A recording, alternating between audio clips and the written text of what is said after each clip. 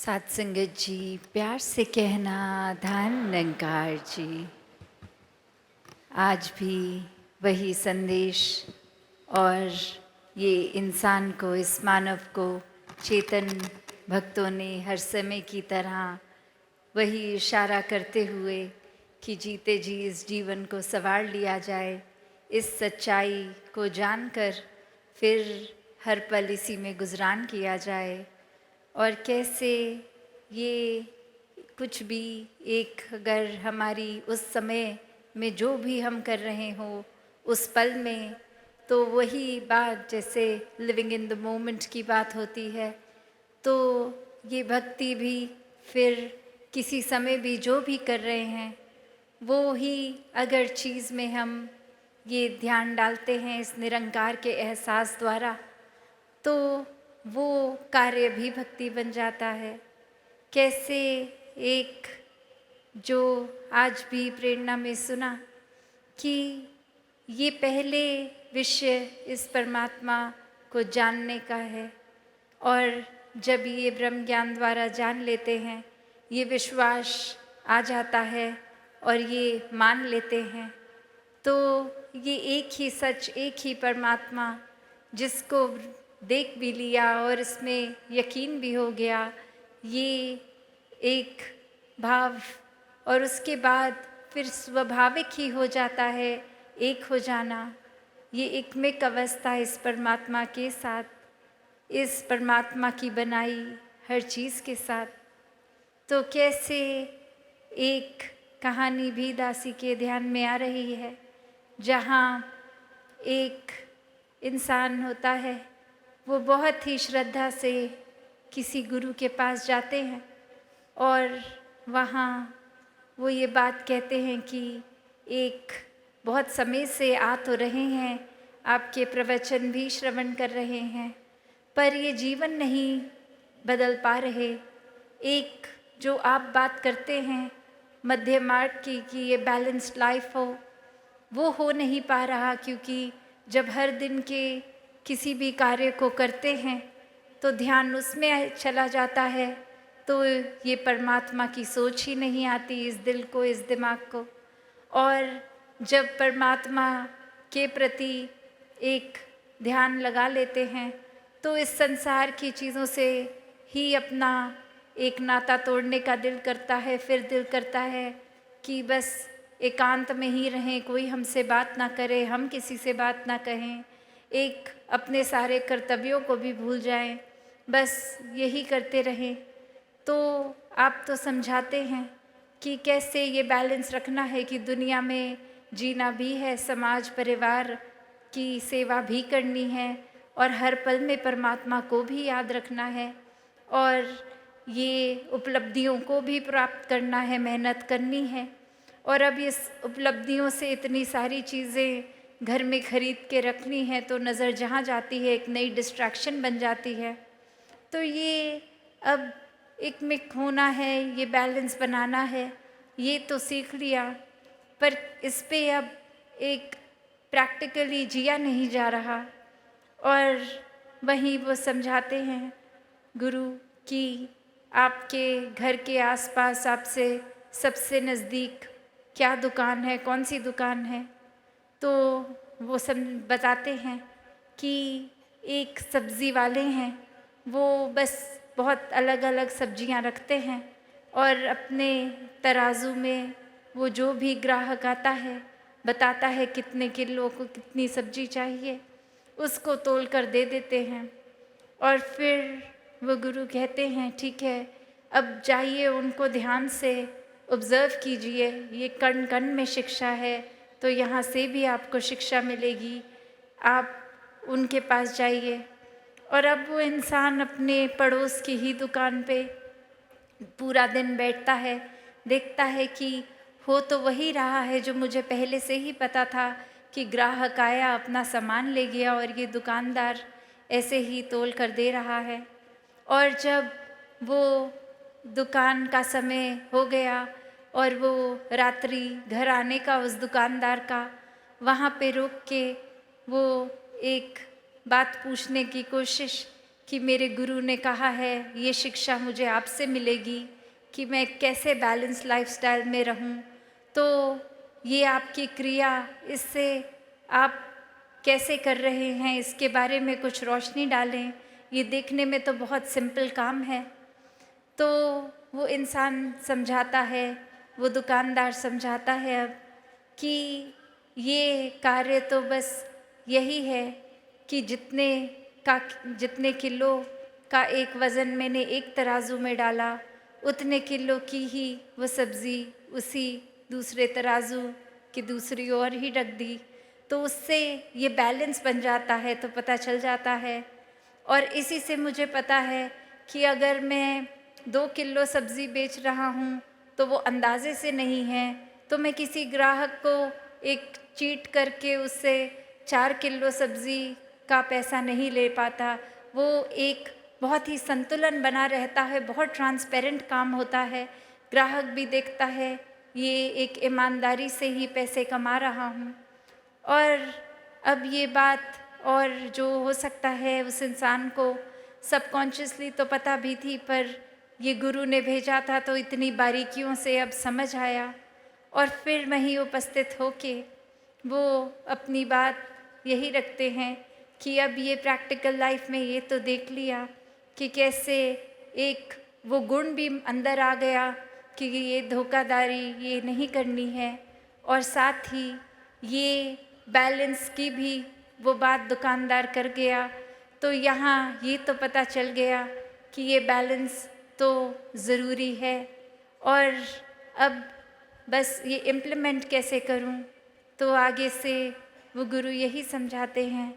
कि कैसे वो दुकानदार चाहे एक क्रिया रूप में, एक पूरे दिन में, एक कुछ भी, कैसे भी ग्राहक आ रहे होंगे, कोई बहुत ही जल्दी में होंगे, कोई तो ऐसे भी होंगे कि इतने धीरे धीरे एक बात कर रहे हैं, सोच रहे हैं सब्जी क्या लें, और उनके पीछे और क्यू लग रही होगी, एक लाइन लग रही होगी ग्राहकों की। और इससे देखकर कि इतनी देर लग रही है, कुछ ग्राहक वो लाइन छोड़ के किसी और सब्ज़ी वाले पे भी जा रहे होंगे कि हमें जल्दी चाहिए, और ये दुकानदार तो इतनी देर लगा रहा है। और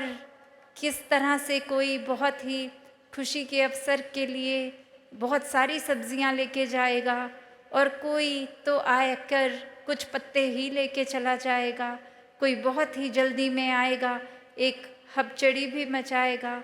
और कोई बहुत ही एक सहज भाव में आके आराम आराम से कर लेगा। तो वो दुकानदार ये सब देख रहा है, कितने रंग देख रहा है ग्राहक के भी, पर वो तो वही कार्य सहजता में करता जा रहा है कि जिसने अपनी रिक्वायरमेंट बोली उसको उतना उतना तोल कर देकर उससे पैसे ले लिए। तो बात वही कि ये एक अपने स्वभाव को अपने ग्राहक के स्वभाव जैसा पल पल में नहीं बदल रहा, ये बहुत ही स्थिर होने की निशानी। और जो व्यक्ति इस परमात्मा को जीवन में धारण कर लेता है इस ब्रह्म ज्ञान से, तो फिर कोई भी उथल पुथल हो, कोई इरिटेशन नहीं आती, कोई भारी चीज़ या कोई इंसान हमारे साथ कैसा है, उस चीज़ पे हमारा उस तरह से बिहेव करना डिपेंड नहीं करता। कि कोई अगर जल्दी में आया तो दुकानदार ने भी उतनी ही जल्दी से नहीं दिया, उसने अपना पूरा प्रोसेस को फॉलो किया, और देर उसने उतनी ही लगाई जितनी वो किसी और ग्राहक के साथ लगाए। और वही बात संसार में रहने के लिए भी कि कैसे एक दुनिया में हम अगर आए हैं तो फिर एक ये जहाँ संसार भी है, और ये बचपन से एक स्कूल में भी बच्चे को क्यों डालते हैं, ताकि शिक्षा ले, कुछ सपने बनाए और सपनों को फिर साकार करे, एक अपने पैशन को फॉलो करे, और फिर ये पैशन फॉलो करते करते धन दौलत भी कमाए, और ये फिर उस तरह से कामकाजी होके अपने लिए आरामदायक चीज़ें खरीदें जिससे जीवन थोड़ा सा एक इजी हो जाए। तो ऐसा करना जहाँ जीवन में मुबारक है, बस बात वही आ जाती है कि सिर्फ ध्यान यही करने में है, या ये करते करते पैरेलली हर पल में उतनी प्राथमिकता अपनी स्पिरिचुअल ग्रोथ को भी दे रहे हैं। और यही वो बैलेंस है, ये अपनी मायावी जीवन और ये आध्यात्मिक जीवन का, जहाँ पे वही बात आती है जो अभी मॉडल भी कुछ दिनों पहले इधर प्रदर्शनी में भी देखा कि ये ज्ञान और कर्म रूपी पंख, ये एक पंख अगर हो कि सिर्फ एक कार्य तो कर रहे हैं, एक हम किसी वजह से प्रभु परमात्मा का नाम तो ले रहे हैं, पर परमात्मा वाकई है क्या, ये परमात्मा की प्राप्ति तो नहीं कर रहे हैं। और वहीं दूसरी ओर ये ब्रह्म ज्ञान रूप की पंख की एक चिड़िया का एक पंख जो कर्म और दूसरी चिड़िया का ज्ञान रूपी कर्म, और अब ये ब्रह्म ज्ञान ले भी लिया है जीवन में, पर उसको जीवन में इम्प्लीमेंट प्रैक्टिकली नहीं किया जा रहा। अपने जीवन में सारे अवगुण अभी भी वहीं के वहीं रखे हैं। एक अपनी वाणी को कठोर का कठोर ही रहने दे रहे हैं। ये किसी से मधुर स्वभाव अपने अंदर नहीं ला रहे, किसी से प्यार से बात नहीं कर रहे। तो ब्रह्म ज्ञान जीवन में आने के बावजूद भी ये उड़ना कहाँ संभव होगा। वो फिर बात वही कि ऐसा पक्षी जिसके दो पंख हैं, एक ज्ञान का एक कर्म का, वो ही उड़ान भरेगा, क्योंकि ये कर्म भी हैं, ये जीवन में इम्प्लीमेंटेशन भी है, और ये ब्रह्म ज्ञान की विद्या, ये सबसे ऊंची दात, ये भी ये झोली आई है। तो यहाँ एक ये जो बैलेंस का उदाहरण इस कहानी में भी, तो कैसे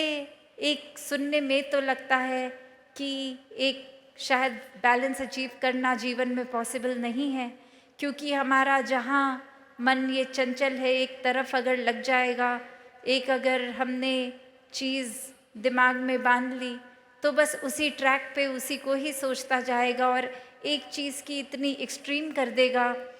एक अपनी पॉइंट ऑफ व्यू को भी इतना एक्सट्रीम हम मान लेंगे कि हमारे जैसा अच्छा कोई सोच ही नहीं सकता, एक हमारे जैसा अच्छा तो कुछ भी कोई नहीं कर सकता, कोई है ही नहीं इतना अच्छा। कहाँ हम फिर वो बैलेंस दूर दूर तक करते ही नहीं। और ये तो पता ही है, जब एक चीज़ की ही अति होती जाएगी तो फिर दूसरा एक बैलेंसिंग फैक्टर है ही नहीं। तो वो एक हाइट जहाँ तक कोई अगर ऊंचा जाता है, अगर कितनी भी पहाड़ की ऊंची चोटी पे चले जाएं, तो एक वो लास्ट फाइनल पॉइंट होगा, वो टिप होगी, उसके ऊपर तो और वो पहाड़ है ही नहीं। तो फिर अब बस एक नीचे की ओर ही जाना बाकी रह जाएगा। तो बात वही कि ये सेवा, सुमिरन, सत्संग, इस परमात्मा से जोड़कर ये बैलेंस बना कर रखने की बात। और वहीं ये भी एक समझाया गया, आज चाहे सुबह वो सेवा दल रैली के रूप की एक स्किट द्वारा ही एग्जाम्पल उन्होंने सेवा का ही लिया कि कैसे हम अगर सिर्फ सेवा की ही एक्सट्रीम करते जा रहे हैं कि एक सत्संग को प्रायोरिटी नहीं, एक बस ये सोच रहे हैं कि आज हमारी ड्यूटी है तो हम पहुंच जाएंगे सेवा पे, क्योंकि वो एक हमें काम दिया गया है तो वो कार्य निभाना है। और मन की खुराक के लिए ये सत्संग को भी प्रायोरिटी नहीं, तो वो सेवा भी बस कार्य ही बन जाएगी, क्योंकि वो भाव तो सत्संग से मिलते हैं। और ये मन में भी अगर सिमरन का घाटा है तो ये सेवा और सत्संग भी फिर वो एक हमारी ग्रोथ के लिए इनकम्प्लीट है। तो यहाँ ये तीन चीज़ों का बैलेंस है। उस तराजू में वो पंखों में तो चलो दो पंख की बात थी, यहाँ एक ये निराकार को हर समय रखकर ये सेवा, सुमिरन, सत्संग को ही इक्वली इम्पोर्टेंट बना के रखना, ऐसा बैलेंस करना। और जो ये कर लेते हैं उनके लिए फिर ये जीवन भी बहुत सहज हो जाता है, फिर कुछ एक्स्ट्रा एफर्ट नहीं लगता। हर दिन चाहे आज लगे कि ये सुबह से निकले इतने थके और आज तो घर पे कोई गेस्ट भी आने हैं, उनको भी एक अटेंड करना है, और फिर हमें किसी के घर डिनर पे उनके गेस्ट बन के जाना है, तो फिर ये पूरी दिन की एक्टिविटी इतनी ज़्यादा, तो इसमें थोड़ा सा मैनेज करना, एक ये एक भागा दौड़ी लगानी, ये कैसे समय पे सब कुछ होगा, ऑर्गेनाइज करना, ऐसे ऐसे थॉट्स भी इतने सहज हो जाते हैं कि जब कोई आया घर पे, उसको गेस्ट ही ना माने, परिवार का ही हिस्सा माने और वो प्यार का भाव हो जाएगा, तो कुछ वो शो ऑफ करने की बात तो रही ही नहीं कि इनके आगे कुछ फ्लॉन्ट करना है। उनको वैसे ही प्यार से बिठा के खाना परोसना है और उसी प्यार से वो खाना भी बनाया जाएगा कि ये किसी को इम्प्रेस करने के लिए नहीं है, बस ये जो आ रहे हैं उनसे उन इतना प्यार है क्योंकि वो प्रभु के ही बनाए गए हैं। और अब जब वो बात आ जाती है तो वही प्यार से खाना बनाया गया, खिलाया गया और फिर आगे किसी और के भी घर जा रहे होंगे तो वही प्यार लेकर जाएंगे कि आप कोई बात नहीं, आप बैठिए, आपका चाहे घर है पर हम मेहमान होकर भी आप बताइए क्या लाना है, हम खुद लेके आएंगे किचन से। तो ऐसे भाव भी संतों के हो जाते हैं कि आप सारा ये थकावट अपने हिस्से लाने कि हम चाहे आपके घर मेहमान बन के आए हैं पर हम हैं तो सेवादार ही, तो जो भी है ये मिलजुल के निभा लेते हैं। तो बात वही कि कैसे इस जीवन में फिर अपने ऊपर ही है कि एक बेकार में ही हर छोटी से छोटी चीज़ का भी स्ट्रेस बना के रखना है या इस परमात्मा में इतने एक में खो जाएं कि कौन सी चीज़ हो के निकल भी गई वो कुछ लगी ही नहीं बड़ी, एक बहुत ही हवा के झोंके की तरह आई और गई। और कैसे फिर ये बैलेंस भी बना रहता है कि वो काम भी सारे हो गए, वो प्यार में भक्ति में रहता हुआ मन एक अपने दोस्तों के साथ दोस्ती, समाज के प्रति भी जो कर्तव्य रहे तो कैसे वो भी बहुत बखूबी निभा लिए गए और कुछ एक्स्ट्रा खुद को भी नहीं लगा। एक जैसे एक कोई पूरे दिन अगर कुछ नहीं भी होता करने में तो भी दिल वही महसूस कर रहा था, या फिर कोई दिन जो पूरी तरह से जैम पैक्ड है कि फुर्सत ही नहीं सांस लेने की, उसमें भी ये दिल दिमाग उतने ही रिलैक्स्ड। तो बात वही कि जो वाक्य ही इस परमात्मा के आश्रय रह लेते हैं वो हर पल को इतना हल्का फुल्का बना लेते हैं कि ये पता ही है कि कैसे ये परमात्मा जो कर रहा है इसी के ही एक शुक्राने भाव में रहें तो बहुत ही, चाहे उस समय हमें लगेगा कुछ ठीक है नहीं है पर ये है, चाहे हमारी नज़र नहीं देख पा रही पर ये ठीक ही है। तो वो कोई हिसाब किताब हमारे आंकड़े लगाने का तो काम नहीं, ये बस परमात्मा की एग्जिस्टेंस देखकर विश्वास की बात है। और जो वाक्य ही हर पल का एक अपनी कन्वीनियंस से कि कुछ जीवन में अच्छा हुआ है तो विश्वास करेंगे और नहीं है तो विश्वास नहीं करेंगे। जब ऐसी कन्वीनियंस से ही परमात्मा को जीवन में जगह दी तो फिर तो कोई लाभ नहीं है, फिर तो वो कोई भी और चीज़ के साथ संसारिक कर सकते हैं। और परमात्मा को प्राप्त करके भी जब एक सब कुछ प्राप्त कर लिया तो भी नज़र इतना छोटा, तंगदिली बना ली, नज़रिया इतना छोटा, तो फिर इतनी बड़ी दात का भी क्या ही फ़ायदा रहा। तो बात वही कि ये जो बैलेंस की बात है और इसी बैलेंस के साथ ये विस्तार भी होता है कि जैसे जैसे हमें फिर ये एहसास होगा कि परमात्मा को और ज़्यादा अगर हमें पता है अपने अंतर्यामी हम खुद हैं कि वाकई में हमारा ध्यान, हमारा दिल पूरा दिन ज़्यादातर क्या करता है, तो खुद को ही देखकर अपने अंदर वो चेंजेस लाने कि और ज़्यादा कैसे स्पिरिचुअली इंक्लाइन हो सकें, वो उस तरफ अपना विस्तार करें। और कैसे हम अगर कोई कमी कर रहे हैं कि किस तरह एक संसार के लिए कुछ ऐसा अच्छा नहीं कर पा रहे, अपने लिए कुछ ऐसा अच्छा नहीं कर पा रहे, तो वहाँ पे भी एक विस्तार किया जाए क्योंकि ये श्वास तो उतने ही हैं और उसी में ये एक मटीरियलिस्टिक और स्पिरिचुअल लाइफ को बैलेंस करना है, तो उसी में ही सब कुछ करना है। तो जिन्होंने ये बखूबी कर लिया वो तो अपना जीवन बहुत अच्छे से निभा गए, वरना तो ये कैपेसिटी, ये कैपेबिलिटी इस परमात्मा ने हर एक में दी है, वो हमारा ही कहीं आलस है, चुनाव है, या फिर एक हमारा माइंडसेट को जो हम इतना नारो कर देते हैं, या अपने अहंकार में ही चूर रहते हैं कि कोई भी चीज़ करने की काबिलियत होने के बावजूद नहीं करते, या फिर इस परमात्मा का आसरा ही नहीं लेते। एक माइंडसेट हमने ऐसा बना लिया होता है। तो दातार